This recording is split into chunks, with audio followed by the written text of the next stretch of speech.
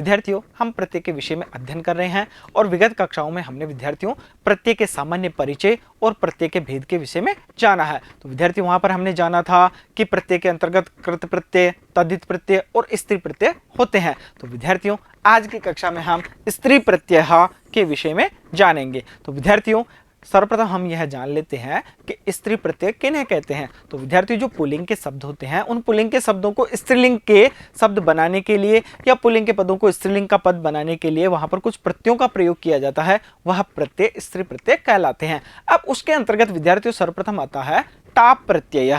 अब विद्यार्थियों, टाप प्रत्यय के लिए यहाँ पर सूत्र है अजाद्यतस्टाप, अजादि गण में। अब विद्यार्थियों, सर्वप्रथम हमारे पास में आता है कि अजादि गण किसे कहेंगे। तो विद्यार्थियों, हम यह जान लें कि संस्कृत के अंतर्गत जो शब्द एक समूह से संबंधित होते हैं उन्हें समूह में किया गया है और उस समूह का नाम यहाँ पर बताया गया है। तो विद्यार्थियों, अजादि गण से तात्पर्य है कि अज आदि जो शब्द हैं उनका समूह है। तो विद्यार्थियों, अजादि गण में आए अज आदि शब्दों से तथा अकारांत शब्दों से स्त्री प्रत्यय टाप होता है। तो अजादि गण में जो पद हैं, जो शब्द हैं, उनसे क्या प्रत्यय होगा? उनसे टाप प्रत्यय होगा।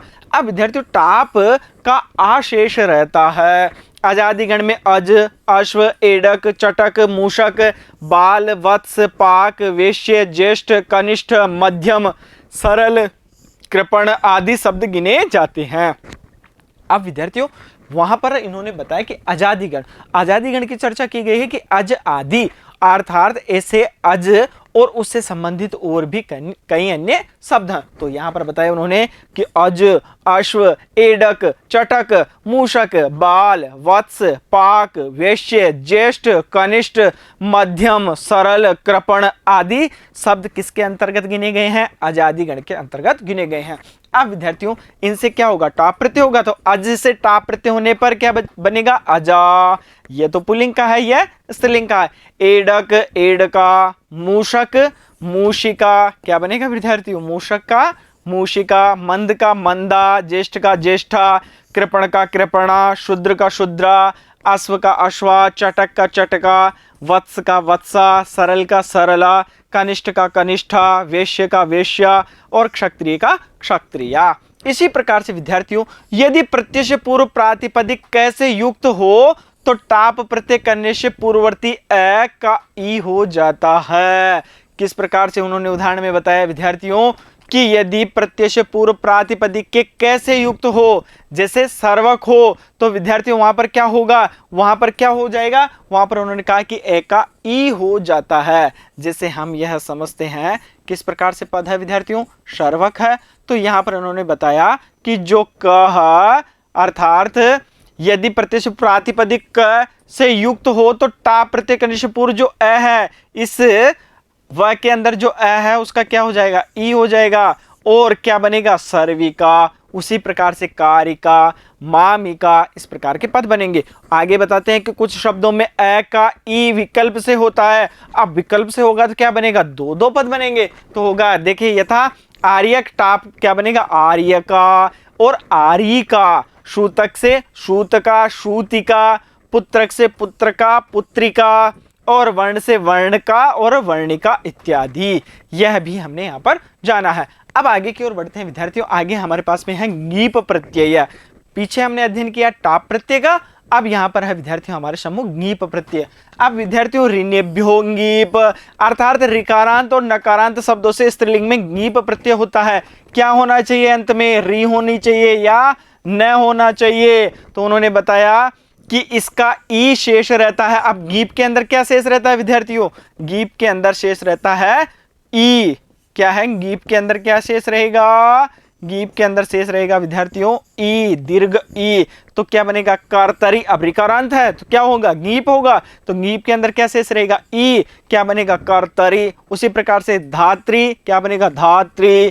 कामिन का क्या बनेगा? कामिनी। दंडिन का दंडिनी। शुनिका और उसी प्रकार से राज्ञी आदि ये जो शब्द हैं वह बनते हैं। अब विद्यार्थियों आगे देखिए, उगतिश्च। आगे बताया उन्होंने जहां पर उ, री, लृ का लोप हुआ हो उन प्रत्ययों से बने हुए शब्दों में भी स्त्रीलिंग में ङीप प्रत्यय होता है। अब ऐसे शब्द जिनमें ऊ, री और ली का लोप हुआ हो, जैसे भवत है विद्यार्थियों, भवत के अंदर यहाँ पर पूर्व में जो लोप हुआ है उसके आधार पर क्या प्रत्यय हुआ, गीप प्रत्यय हुआ, पद क्या बनेगा, भवती। उसी प्रकार से श्रीमत का श्रीमती, बुद्धिमत का बुद्धिमती आदि। विशेष किंतु भवादि, दिवादि, तुदादि और चुरादि गण की धातुओं से तथा नीच प्रत्यांत शब्दों से गीप करने पर तय से पूर्ण न हो जाता है। कैसे, भवंती, पचंती, दिव्यंती, नृत्यंती और गच्छन्ति आदि। इस प्रकार से यहाँ पर बताया गया है। अब आगे है विद्यार्थियों टिड्ढाण या द्वयसच। अब ये विद्यार्थियों सूत्र है, इस सूत्र के आधार पर बताया गया है कि टित आदि शब्दों से तथा ढ अण आदि प्रत्ययों से निष्पन्न शब्दों में स्त्रीलिंग में गीप प्रत्यय होता है, यथा कुरुचर, कुरुचरी, नदट, नदी, देवी, पार्वती, कुंभकारी, ओत्सी, भागिनेयी, लावणिकी, यादृशी, इत्वरी आदि। आगे है विद्यार्थियों वयसी प्रथमे। क्या तात्पर्य है, प्रथम वय, वय मतलब उम्र, और प्रथम वय वाचक, प्रथम वय वाचक आकारांत शब्दों से स्त्रीलिंग में गीप प्रत्यय होता है। अब अवस्था के प्रथम वाचक या उम्र के प्रथम वाचक क्या है विद्यार्थी, कुमार का क्या होगा, कुमारी, किशोर का किशोरी, वधूटी, चिरंटी आदि इसके उदाहरण है। उसी प्रकार से विद्यार्थियों अब आगे देखिए शीत गौरादिभ्यश्च, जहां पर श का लोप हुआ हो, शीत तथा गौर, नर्तक, नट, द्रोण, पुष्कर आदि गौरादि गण में पठित शब्दों से स्त्रीलिंग में गीप प्रत्यय हो जाता है। तो अब विद्यार्थियों यहां पर इन्होंने बताया कि जो गौरादि गण में पठित शब्द हैं उन शब्दों से क्या होगा, स्त्रीलिंग में गीप प्रत्यय होगा।